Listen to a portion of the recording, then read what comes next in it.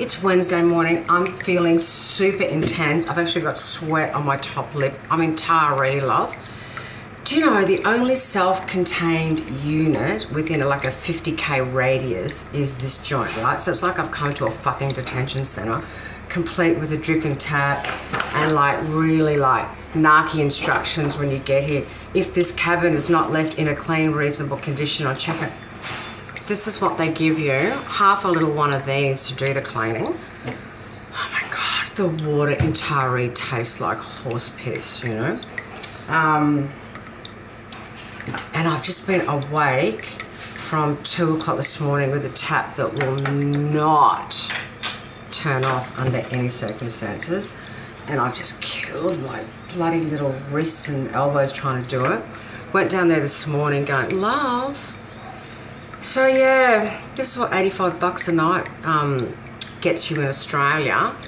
God, what about what 85 gets you in Bali, love? First world problems.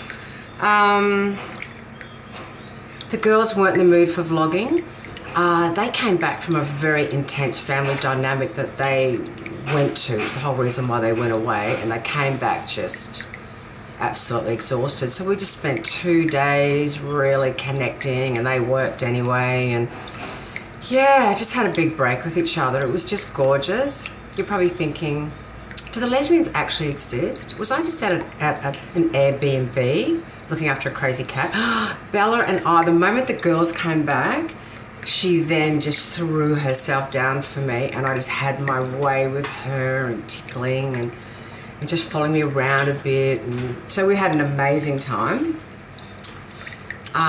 It was the best date she's ever been in when they've got back. So they were just, you know, like, wow. So that all went really well. They're actually going to come up to Sunshine Coasty, Gold Coasty way for Christmas. So I'll spend heaps of time with them then and possibly can meet them then. Only Sarah. Joanne, no way would ever go on camera.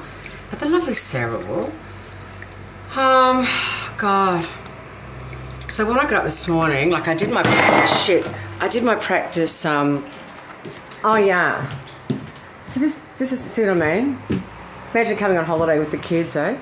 So yeah, in here this morning, I just, see, when people say there's no room to do a practice, so I put my yoga mat down there, had my head here, and then arms out, one under the bed and one in the wardrobe.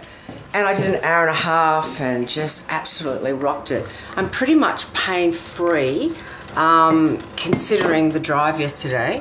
And so yeah, it was just this fucking tap. The drive was good, other than I kind of thought, wow, to leave just before the Cup starts, surely the roads are going to be empty. And so that's what the government figured out to go, yeah, that's the best time for roadworks.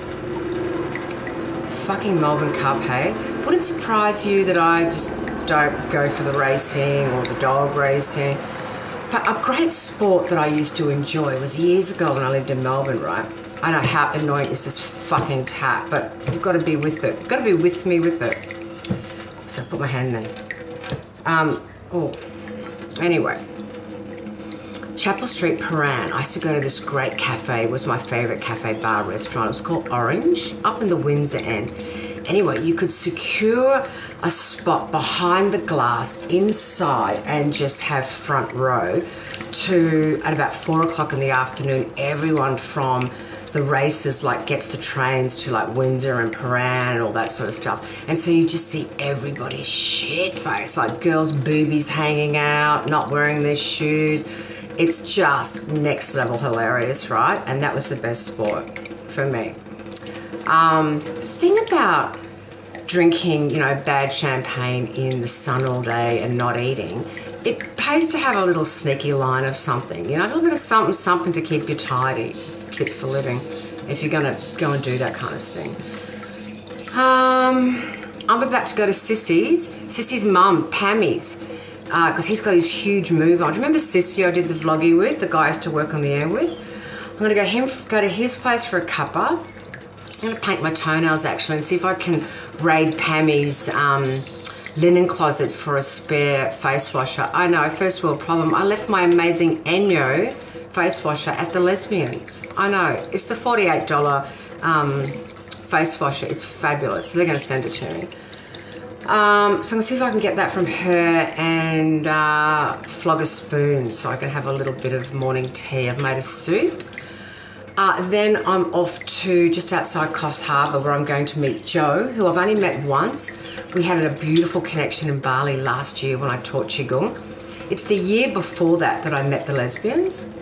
And the year before that, I met Mary Ellen, who did, the burping, amazing womb healer girlfriend who I stayed on the way down.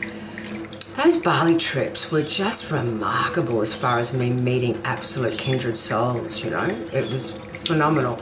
So it's going to be great seeing Jo. She kind of lives completely off the grid and I have to meet her on the highway and then drive to her place. Take a breath, fuck. What else? Yeah, and then in the morning, I'm off to see Alice, my chiropractor. Last week I spat in 4 different bottles to actually have a saliva test to test my adrenals. This is all part of bringing the mojo back. So she'll have those results tomorrow. And I've got 3 appointments with her while I'm in the Byron Shire to shape shift. So that's exciting. And then Friday morning, I've got my amazing Death Doula course on with the amazing Zenith Virago. She is this older, wise lesbian, of course, that is all about doing death differently. She's actually just been in an amazing documentary that's been showing all around the country and all around the world. I'm going to put the trailer up. Benny's going to put the trailer up because I don't know how to cut and paste, but I will when I grow up. I will. Benny's back from Amsterdam, so I'm going to head down to Melbourne January, February to really, go into all my new business ideas, get more lessons on my computer, maybe see if I could learn a little bit of editing.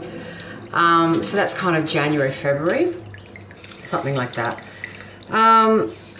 It's 3 months ago today since I put up my first vlog, and for me, wow, I have just shape-shifted the fuck out of myself, mentally, physically, emotionally, and spiritually, and even soulfully, which isn't to say that I'm not deeply flawed. Of course I am.